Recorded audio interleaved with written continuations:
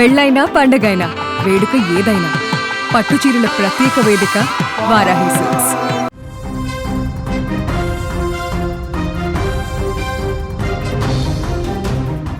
తునిలో miss అయిన 2 ఏళ్ల చిన్నారి జ్ఞానేశ్వరి ఆచూకీ ఇంకా సస్పెన్స్గా మారింది.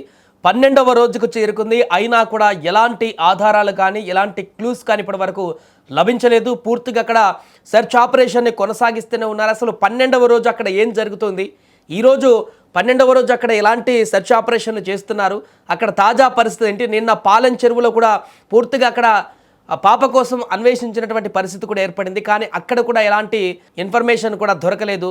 ఈ నేపథ్యంలో అసలు ఏం జరుగుతుంది, అక్కడ ఇంకా ఏ రకమైనటువంటి ప్రయత్నాలు కొనసాగిస్తున్నారు. నిన్న డిఎస్పీ కూడా ప్రత్యేకంగా అక్కడ మాట్లాడడం జరిగింది. అన్ని కోణాలలో కూడా ఈ యొక్క కేసుని విచారిస్తున్నాం, ఖచ్చితంగా పాప ఆచూకీ తెలుసుకునేటువంటి ప్రయత్నం చేస్తున్నట్టు ప్రకటించారు. అంతకుముందు ఎస్పీ కూడా పాప ఆచూకీ తెలిసినటువంటి వారికి ₹1,00,000 రివార్డు ఇస్తామంటూ కూడా ప్రకటించిన నేపథ్యంలో అసలు పాపకి ఏమైంది, ఎక్కడికి వెళ్ళింది, పాపను ఎవరైనా తీసుకువెళ్లారా, ఏం జరిగింది అనేటువంటి అంశం అయితే ఇంకా $1 మిలియన్ ప్రశ్నగా మారినటువంటి సందర్భం ఏర్పడింది. ఇప్పుడు 12వ రోజుకు చేరుకుంది కాబట్టి ఆ తల్లిదండ్రులు తల్లడిల్లిపోతున్నటువంటి పరిస్థితి.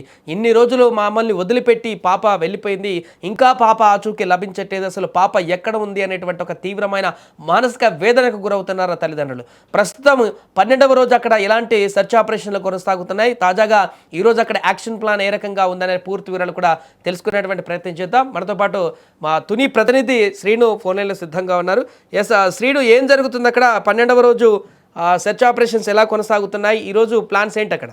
సాయి, ముఖ్యంగా చెప్పుకోవాలంటే ఈ రోజుకి 11వ రోజు పూర్తయి 12వ రోజు వచ్చిందని చెప్పుకోవచ్చు. 12వ రోజు వచ్చినా సరే ఎటువంటి ఈ కేసు విషయంలో ఎటువంటి పురోగతి మనకి ఇక్కడ ఎటువంటి ఆచూకీ కూడా లభించలేదనే చెప్పుకోవచ్చు. ప్రత్యేకంగా చెప్పుకోవాలంటే ఏదైతే డిప్యూటీ సీఎం పవన్ కళ్యాణ్ గారి ఆదేశాల మేరకు జిల్లా ఎస్పీ ఆధ్వర్యంలో ప్రత్యేక బృందాలను ఏర్పాటు చేసినప్పటికీ ఇక్కడ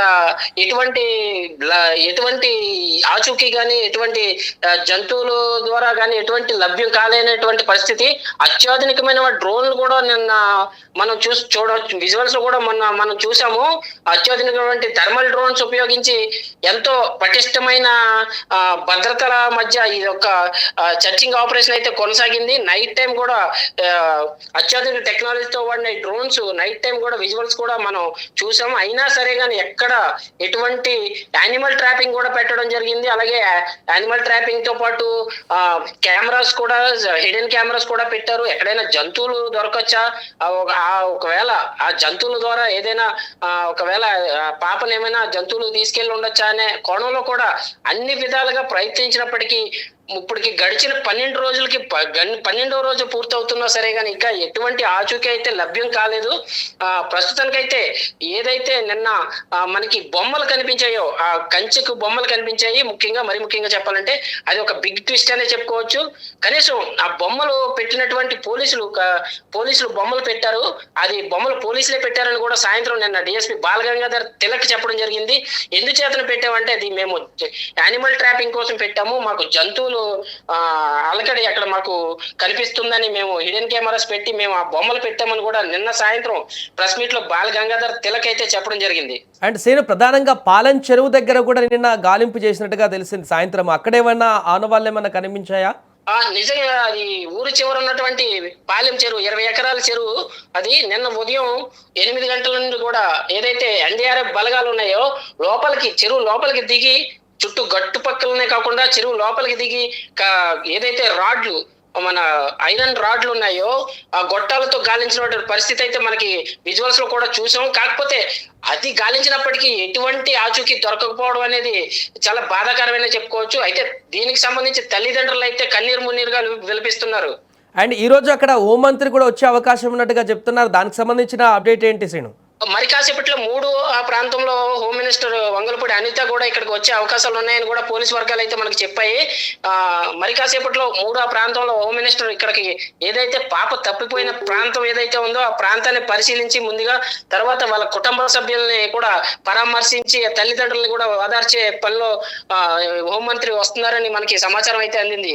రైట్, థ్యాంక్ యూ శ్రీను. మొత్తానికి అదే తునిలో 12వ రోజుకు చేరుకుంది. పాప మిస్ అయిపోయి ఇప్పటికీ ఎలాంటి ఆచూకీ లభించలేదు, కనీసం చిన్న క్లూ కూడా దొరకట్లేదు. అసలు పాప ఏమైపోయింది, ఏదైనా జంతువు ఏమైనా తీసుకువెళ్ళిందా, లేదన్నా ఎటన్నా ఆ జంతువు ఆ కొండల వైపు తీసుకువెళ్ళిందా, లేకుంటే ఎవరైనా కిడ్నాప్ చేశారా, ఏం జరిగిందనేది అన్ని రకాల కోణాలలో వ్యవస్థలన్నీ కూడా అక్కడ పూర్తిగా అన్ని వ్యవస్థలు కూడా సమన్వయంతో పనిచేస్తున్నా కూడా ఇది అడ్రస్ ఏమాత్రం దొరకపోవడం అనేది అందరినీ ఆశ్చర్యానికి గురిచేస్తుంది. 12వ రోజుకు వచ్చింది, కనీసం పాపకి సంబంధించిన ఆనవాళ్ళు కూడా కనపడినటువంటి పరిస్థితి నేపథ్యంలో ఉన్నటువంటి ఏకైక ఆధారం ఆ యొక్క పెంపుడు కుక్క కూడా మరణించినటువంటి పరిస్థితుల్లో అసలు ఏం జరుగుతుందో అర్థం కాక తల్లిదండ్రులు బిక్కుబిక్కుమంటూ అక్కడ గడుపుతున్నటువంటి పరిస్థితి.